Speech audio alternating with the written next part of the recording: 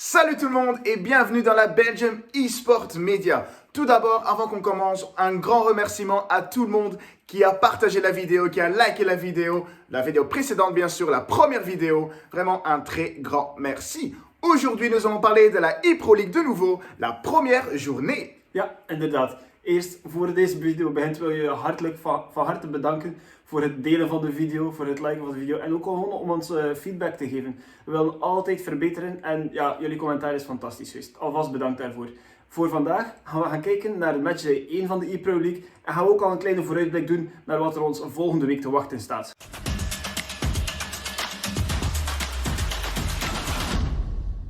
Bienvenue tout le monde dans le ePro Show, bien sûr la première journée de la ePro League qu'on a vu la semaine passée avec le premier match qui était vraiment très intéressant entre le Standard et l'Anvers. Ja, Antwerp tegen Standaard, direct een mooie affiche om mee te beginnen natuurlijk. Ik denk dat Standaard en Antwerp beide voor de winst zouden gaan. Uiteindelijk is er ook iemand met die winst weggelopen en dat was Standaard. Shadow heeft denk ik daar echt zijn doel op gezet op deze wedstrijd. Meteen goed van start gaan in de ePro League. En je zag het na het einde van de wedstrijd ook dat Zimet heel teleurgesteld was en dat Shadow ook heel tevreden was met die eerste winst. Oui, c'est vrai, c'est quelque chose que l'année passée, on n'a pas vu beaucoup, que vraiment les joueurs, ça se voit que l'Ultimate Team, qu'ils ont vraiment envie de jouer. Dans le mode 90, des fois, c'était en mode on joue, mais là, ça se voit qu'il y a les global soucis des qualifications qui est là, que le premier avait beaucoup de stress. Shadow qui gagne mérité, mais Zimé avec même envie de gagner. On voyait ça même à la fin, comme tu dis, qui n'arrivait pas à marquer le 2-2.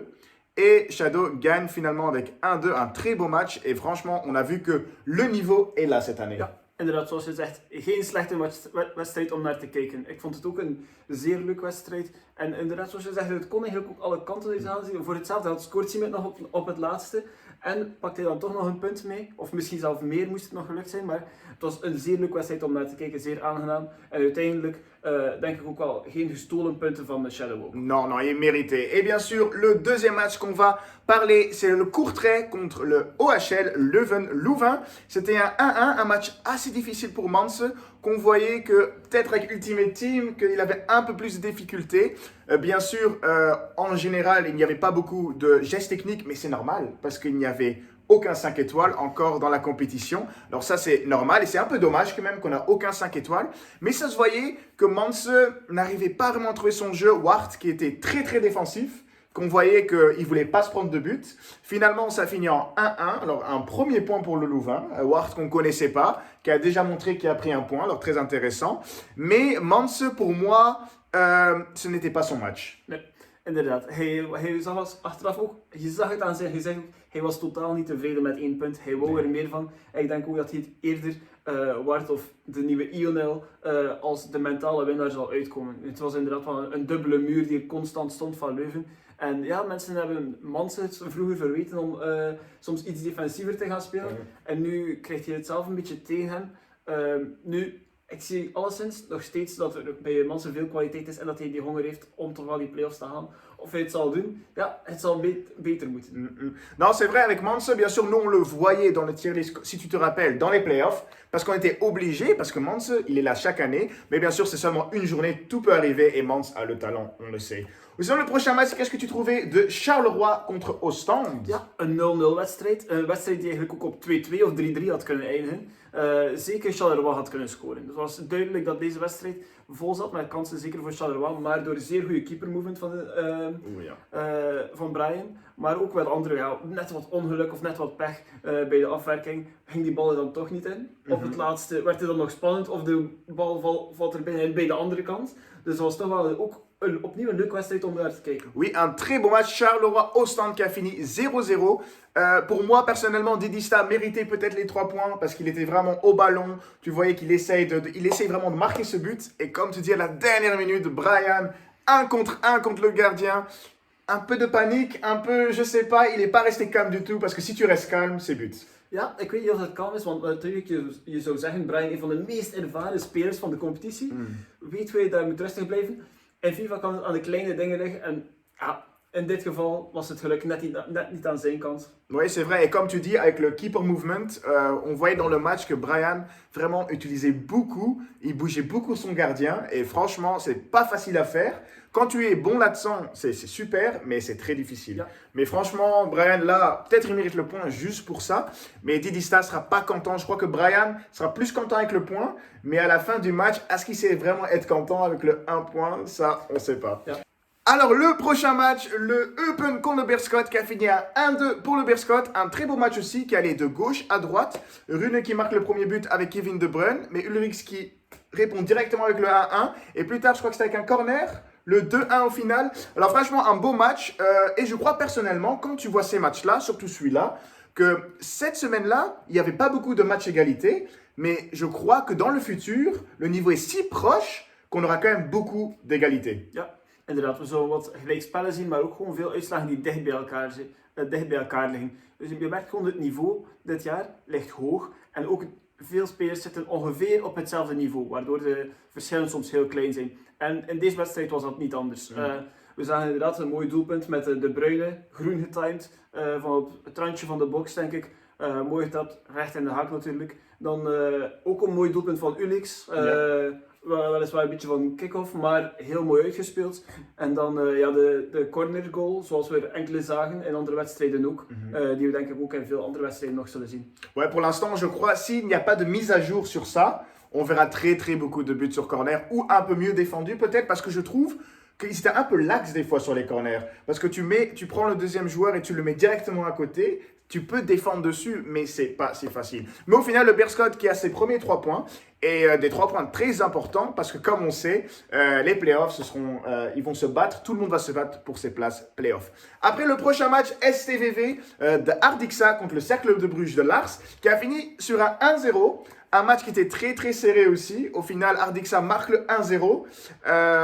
On croyait que peut-être Lars pourra revenir. Aussi, il va en attaque. Ardixa qui au final peut-être mérite aussi cette victoire. Mais c'était un match aussi, comme les autres, que on ne pouvait pas décider qui mérite vraiment la victoire. Het is inderdaad zo, als je zegt, als die wedstrijd 3 maal herspeeld wordt, kan het 3 keer een andere uitslag zijn. Het is heel moeilijk dit soort wedstrijden te gaan voorspellen. En ik denk dat we inderdaad, zoals we daarnet al zeiden, nog heel wat zo'n uitslag in de toekomst zullen hebben. Opnieuw nu was het, niet opnieuw, maar deze keer voor Lars kwam je net tekort. Wie weet in de volgende week wint hij en zijn de rollen omgedraaid. Mais je crois que aussi prendre les 3 points cette année, c'est si important. Parce qu'un 3 points, c'est une grosse différence. Même, on peut regarder un peu la e-Pro League de cette année. Maintenant, un peu moins. Mais on voit aussi qu'entre le 4e et le 11e, il y avait 3 points de différence. Même dans la vraie e-Pro League, il y a beaucoup d'égalité aussi. Et je crois qu'on va voir la même chose cette année. On verra. Bien sûr, maintenant, un des plus grands matchs, et c'était le premier match de la journée, Club Bruges contre le Zulte Waregem, un 3-0. Ekman qui était très fort, qui a montré aussi ce qu'on a dit, que c'est peut-être un underdog pour le titre. Et je crois dans ce match-là qu'il a vraiment montré match mérité. Je crois que c'est peut-être le match le plus mérité de tous, et c'était 3-0 finalement. Ekman qui est Renzo qui n'a pas été dangereux, pas vraiment. Ekman qui a eu des occasions, 1-0. Après, il est venu le 2-0 très facilement, très bien. Très bonne rentrée de Chong aussi, qu'il a fait rentrer, je crois, dans le match. Franchement, Ekman qui montre qu'il a sa place. Ja, inderdaad. Hij heeft het direct goed gedaan, Rudy. We zagen meteen bij hem ook direct die druk om vooruit te willen gaan spelen. Er was dan ook denk ik nog eventjes wat gevaar van zo het ware met een offside doelpunt wel. Maar ja, het was toch wel een duidelijk, hoe je moet ook zeggen, er was toch wel wat klassenverschil. En op voorhand hadden veel mensen dat misschien niet gedacht. Omdat de meeste mensen kennen Renzo, maar Rudy Ekman nog niet. Maar het was toch wel heel duidelijk, vond ik nu, wie er deze wedstrijd ging winnen. En het is niet zo als in andere wedstrijden, als de wedstrijd 3 maal gespeeld wordt, denk ik dat we hier 3 maal met hetzelfde resultaat naar huis gaan. We zagen ook heel mooie, het eerste doelpunt was denk ik ook heel mooi uitgespeeld, was een lage voorzet. Heel mooi gedaan. En ik denk dat we nog mooie dingen gaan zien van Club Brugge en Rudy Ekman. Non, c'est vrai. Et maintenant, la question, est-ce que Renzo pourra revenir facilement après un match comme ça? Comme tu dis, tout le monde connaît Renzo de la E-Division, qui a joué ensemble avec un des plus grands talents mondiaux, on peut dire Levi de Weert, qui était dans la même équipe, aussi coach encore dans Team Gullit. Alors sûrement, ça se voit, il connaît le jeu, ça c'est sûr. Mais quand même, j'ai un peu hâte de voir les prochains matchs de Rudy aussi. Est-ce qu'il sera si dominant contre des autres joueurs aussi? Et est-ce que Renzo peut-être c'est Rudy a fait un gros match, enfin qu'est-ce qu'il a fait, et que Renzo, pour les prochains matchs, il va revenir directement. Espérons pour Renzo, bien sûr, que ce sera possible, parce que Rudy, là, comme tu dis, mérité, et quand il joue 3 fois le même match, Rudy gagnera 3 fois, ça c'est sûr. Et le dernier match de cette journée, c'était la Gantoise contre le Racing Genk. On croyait tous que même, bien sûr, Emino qui est E-Devil, alors déjà, félicitations à toi, Emino, c'est très important, contre Gilles Bernard. Un 2-0, on ne s'y attendait pas vraiment. Parce que Gilles, finalement, c'était un des favoris. Bien sûr, la compétition est encore grande. Mais Emino a montré que, voilà, il faut compter sur lui cette année. Ja, inderdaad. Kian heeft direct getoond waarom ook iedereen hem toch wel redelijk hoog inschat. Hij is een nieuweling in de competitie, maar iedereen in de scene kent hem toch ook wel en heeft ook direct getoond waarom. Hij heeft zijn kwaliteit getoond tegen, zoals je zelf zegt, de titelfavoriet. Degene die iedereen wil kloppen, heeft Emino of Keanu of Emino versie kunnen kloppen. Dus zeer sterke prestatie en ook het spel was gewoon zeer goed. Ouais. Mais aussi, on peut dire que Gilles n'avait pas de chance aussi ce match-là avec le player switch qu'il utilise vraiment très très fort. Moi qui regarde des fois Gilles Bernard jouer, il l'utilise beaucoup et très très bien. Des fois j'ai vu des buts dans le passé qu'il a fait avec les player switch incroyables. Mais là ça glitchait beaucoup. À chaque fois qu'il le faisait, le contrôle était plus loin. Et Emino marque aussi sur un player glitch, un PRP glitch, qui est vraiment dommage. Alors maintenant la question pour toi, j'ai que, est-ce que Gilles va encore utiliser beaucoup le player switch ou est-ce qu'il va dire non, c'est mieux que je le fais plus? Nee, ik denk dat Gilles het spel goed genoeg kent. En ja, soms gebeuren die dingen met die player switch of met die player lock. Maar ja, hij weet ook hoeveel voordelen het met zich meebrengt. En ondertussen, het is zo'n groot voordeel als je die player lock zo goed beheerst zoals hij het doet. Dus ik denk dat we hem zeker nog veel zullen doen. Non, moi aussi je crois qu'on va encore le voir le faire. Il avait vraiment pas de chance ce match-là, mais Emino, on peut pas dire qu'Emino ne méritait pas la victoire en tout cas. Et ceci bien pour Gilles, comme ça il sait, ok, là il y a un grand talent avec Emino qu'il connaissait bien sûr dans le passé. Mais maintenant, Gilles peut se focus et montrer pourquoi c'est un des favoris. Alors voilà, ça c'était tous les matchs de cette journée. Malheureusement, on avait 2 matchs annulés, le Serein contre Anderlecht et l'Union contre Malines. Espérons que ces matchs se feront jouer dans les jours qui viennent. Et ou sinon, je crois qu'on va passer sur la deuxième journée pour voir qui, pour nous, sont les favoris. Oké, dan is het nu tijd om even te gaan kijken naar de huidige stand. Uiteraard zegt dit nog niet zoveel, aangezien er nog enkele wedstrijden ontbreken en het uiteraard de eerste speeldag is. Maar het brengt natuurlijk al enkele inzichten met zich mee. Zo zien we dat Club Brugge, Gent, Beerschot, STVV en Standaard aan de leiding staan met 3 punten.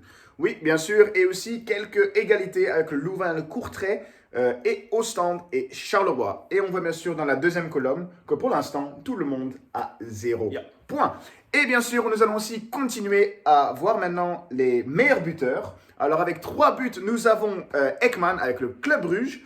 Après, Emino, Shadow et bien sûr Rune qui marque 2 buts. Ja, inderdaad. We zullen het zo aanpakken dat we ook gaan bekijken van welke speler het meeste scoort. We kijken niet naar welke speler van het team of welke voetballer van het team, maar wel welke e-sporter het meeste scoort. En ja, voorlopig is het duidelijk dat Rudy Ekman daar nog bovenaan de ranglijst staat met 3 doelpunten. Oké, en dan beginnen we met de analyse van speeldag 2 en wat we eigenlijk wel verwachten dat er zal gebeuren. Te beginnen met Serein tegen KV Kortrijk of DNS tegen Manse. Ja, ik denk dat Manse hier direct zeer gemotiveerd zal zijn. We hebben nog niets gezien van DNS in deze speeldag. Maar in onze eerste video hadden we al iets aan de lagere kant geschat. En Manse aan de play-off spot. Dus ik denk wel dat Manse hier vandaag, of in deze wedstrijd, echt wel een revanche zal willen nemen voor dat gelijkspel tegen Leuven. Ouais, non, c'est sûr. Le premier match, c'est alors Serein contre Courtrai. Alors DNS contre Manse. Comme on a dit avant, Manse qui est un des places play-off favoris. On verra. Et DNS, que comme on avait dit, on ne sait pas s'il aura une saison difficile ou pas. Manse qui perd directement des points contre la deuxième personne qu'on avait mis, Wart. Il n'y avait que Wart et DNS. Est-ce qu'il va perdre les points directement contre les deux? Ça sera vraiment pas bon pour lui. Et c'est sûr qu'il doit vraiment faire son mieux pour gagner ce match, parce qu'il ne sera pas facile. Ou sinon, après, il y a le Beerschot contre Ostende, aussi un très beau match. Rune qui a les 3 points et Ostende qui a fait l'égalité dans le match précédent. Brian voudra, je crois, enfin prendre ses 3 points. Mais Rune qui a montré qu'il a le niveau pour la e-Pro League, ça c'est sûr. Pour moi, peut-être Rune est un peu favori pour ce match-là contre Brian. Mais bien sûr, Brian a beaucoup d'expérience. Ce n'est pas la première fois qu'il fait des matchs importants. Ce sera un match difficile des deux côtés et peut-être une égalité aussi, comme on dit toujours. Ce sera des matchs très très près. On verra, mais c'est un match à voir. Ja, inderdaad. Ik zal uiteraard supporteren voor Rune, maar het is inderdaad een wedstrijd die alle kanten uit zal gaan en waarschijnlijk weer zeer close zal zijn, als je het mij vraagt. Twee inderdaad zeer sterke spelers. Iemand die heel nieuw is in de E-Pro League, die net al getoond heeft dat hij het kan. Brian, waarvan we het weten die het kan, maar waarbij het net niet lukte tegen Charleroi. Ja, ik denk dat het alleszins wel een leuke wedstrijd zal zijn om naar te kijken. En dan gaan we over naar de volgende wedstrijd. Dat is Union tegen Cercle of Optimum tegen Lars. En ook van Optimum hebben we nog niets te zien gekregen. Opnieuw een jongen waarvan we zeiden, ja, heel veel potentieel, heel veel mogelijkheden, maar we hebben nog niets gezien in de E-Pro League. Dus heel benieuwd ben ik ernaar. Langs de andere kant, Lars heeft verloren tegen STVV, zal ook echt willen winnen. Hij is op zich de ancien tegenover Optimum. Hij heeft al ervaring in de E-Pro League, ook al was het niet in die Ultimate Team modus. Maar ja, ik denk ook dat het een leuke wedstrijd kan zijn. Ik ga voor ook een gelijkspelletje. Alors, le prochain match, Optimum contre Lars. Aussi Lars qu'on a vu, le premier match qui a eu très beaucoup de difficultés, le premier match malheureusement. Optimum qui n'a pas joué. Moi, personnellement, je vois plutôt un Optimum qui devrait gagner ce match quand même. Optimum qui est très très fort, mais bien sûr, on n'a pas encore vu qui l'a utilisé parce qu'on n'a pas encore vu l'équipe de Optimum. Alors ça, c'est à voir. J'ai hâte de voir qui va utiliser de Union. Union qui est en première division, qui montre qu'ils ont des très bons joueurs. Bien sûr, dans FIFA, c'est juste une nouvelle équipe. Alors, les joueurs ne seront pas très bons. Mais bon, il y a quand même des Informi Thomas, choses comme ça, qui est utilisable. On verra qui il va utiliser. Mais pour moi, personnellement, je crois qu'Optimum devrait gagner ce match. Bien sûr, Lars, qui a aussi un routinier un peu quand même, et Optimum qui est le nouveau. Mais pour moi, quand même, Optimum qui devrait prendre les 3 points. Mais avec FIFA, on ne sait jamais, ça peut tout arriver. Alors, le prochain match, c'est le Zulte Waregem contre Malines. Renzo contre Miran. Alors, pour moi, un match très important. Parce que Renzo et Miran, c'est un peu... Miran, bien sûr, c'est pas un coach, mais il est si beaucoup dans Malines, un peu dans tous les sports. Et Renzo, qui est même coach en Team Gulit, qui est là aussi. Pour moi, un match vraiment que j'attends avec impatience. Renzo qui a aussi montré est-ce qu'il a le niveau encore ou pas. Même si c'est un peu extrême de dire est-ce qu'il a encore le niveau ou pas. Il a le niveau normalement. Mais pour moi, c'est pour Renzo un match pour montrer qu'il sait gagner aussi. Ja, en ook dat hij kan winnen, maar ook om te tonen dat hij zich kan aanpassen naar deze restricties. Hij is gewoon van in de Eredivisie of van in de E-divisie en met zijn gewoon team te spelen, wat ja, miljoenen en miljoenen coins waard is. Hier hebben we deze mogelijkheden niet. Hoe goed kan hij zich aanpassen hiernaar? Ja, Milan heeft al gespeeld van dat de E-Pro League nog in de 85 modus was. Ja. Dat was dus ook geen 5-ster skill moves. Dus ik ben wel heel benieuwd om deze wedstrijd te zien ook. Ik denk dat we toch een verrassing gaan zien. Of in welke mate we het een verrassing mogen noemen.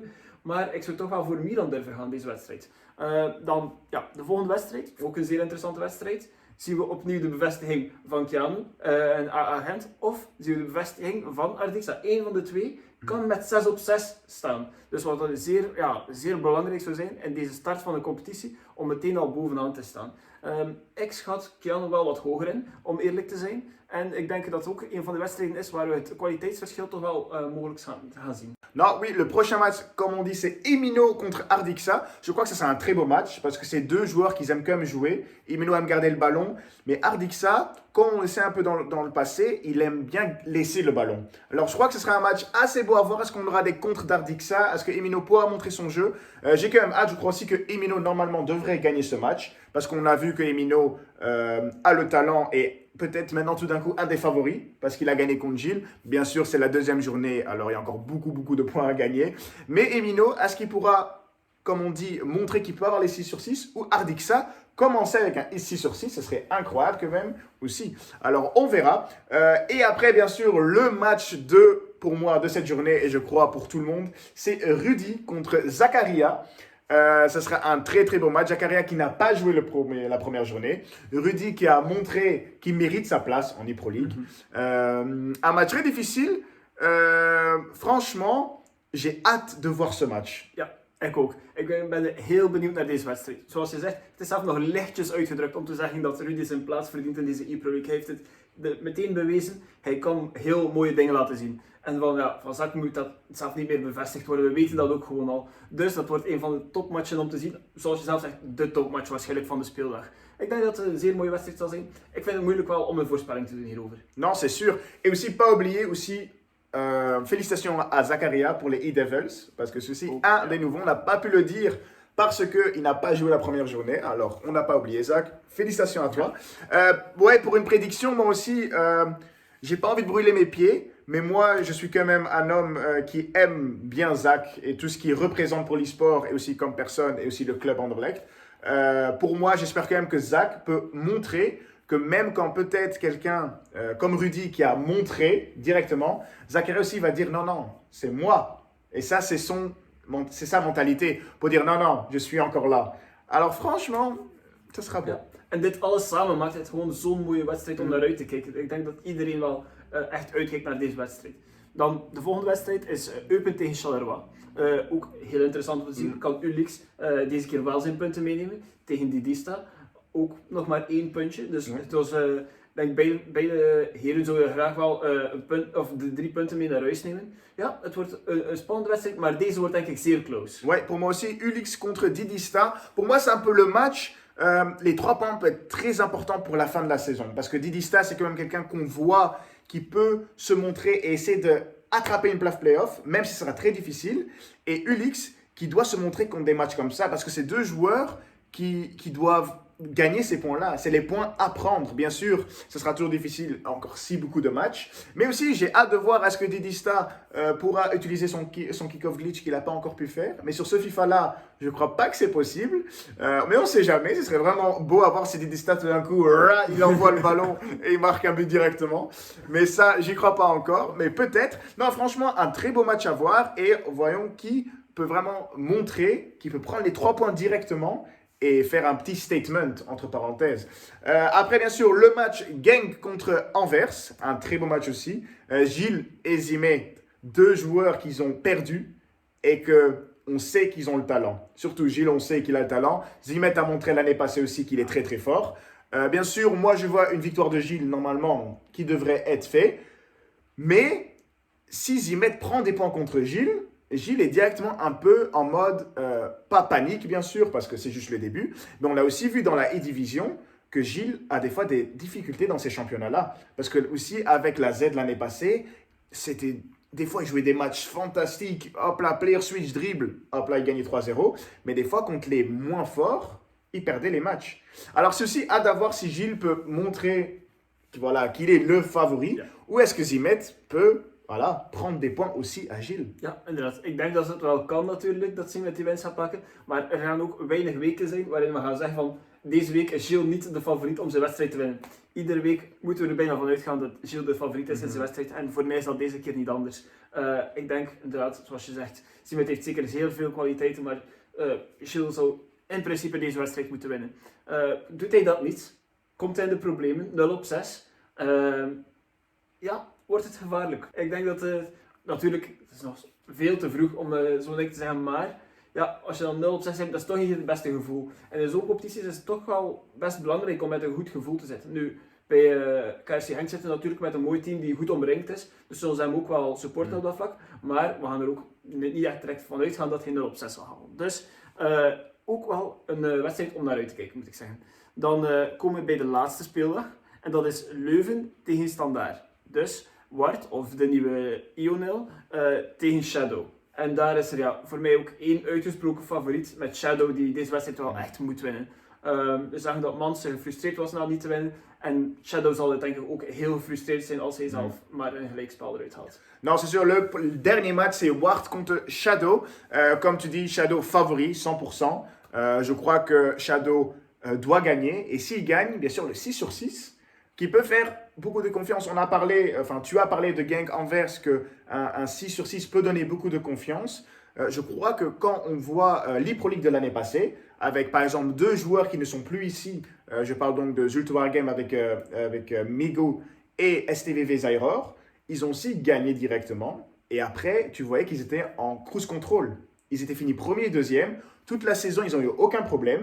Je crois que, comme tu dis, ça peut être très, très important de gagner ces points. Et je crois que Shadow peut être le Zairor Megu de cette année. S'il gagne là encore une fois, et Shadow, on sait son talent, c'est possible qu'il aura peut-être une saison générale, la première partie de la saison, peut-être très facile. Ja, het kan zeker gebeuren. Ik ben alvast zeer enthousiast om deze wedstrijd allemaal te zien. Ze komen dus morgen, wanneer het live gaan, zal het wel morgen zijn. En ik kijk er alvast heel erg naar uit. Dit brengt ons tot het einde van de tweede aflevering van de ePro Show. Opnieuw willen jullie van harte bedanken voor jullie steun tot nu toe. Het is fantastisch geweest. En uiteraard willen we steeds proberen beter te worden. Opnieuw, laat gerust een like achter, laat gerust een comment achter. Laat ons weten hoe we kunnen verbeteren, wat jij wil zien in deze ePro Show. Wil jij nog interviews zien? We proberen die sowieso te brengen in de komende weken. Maar er zijn nog tal van dingen, ideeën die we hebben, maar we zijn ook zeer benieuwd naar jullie ideeën, denk ik. Oui, merci à tout le monde de suivre notre deuxième vidéo sur cette chaîne. Bien sûr, n'oubliez pas de liker de nouveau, de vous abonner et bien sûr nous dire qu'est-ce qu'on peut améliorer. Bien sûr, on va parler aussi d'autres choses, pas seulement de FIFA, mais qu'est-ce qui vous intéresse vous? C'est aussi très important à savoir. On a aussi pensé à quelques vidéos, bien sûr, on va pas encore dire tout maintenant, mais aussi très intéressant dans les commentaires, dites-nous qu'est-ce que vous voulez voir. Mais Arne M, on peut pas les laisser comme ça. Non. We gaan nog even, om af te sluiten, gaan we nog even kijken naar de mooiste doelpunten van deze speeldag. Oui, en effet, nous allons vous montrer le top 3 des meilleurs buts de la première journée de la ePro League. Oké, tot de volgende. Merci tout le monde et à la prochaine. Ciao, ciao, bye bye.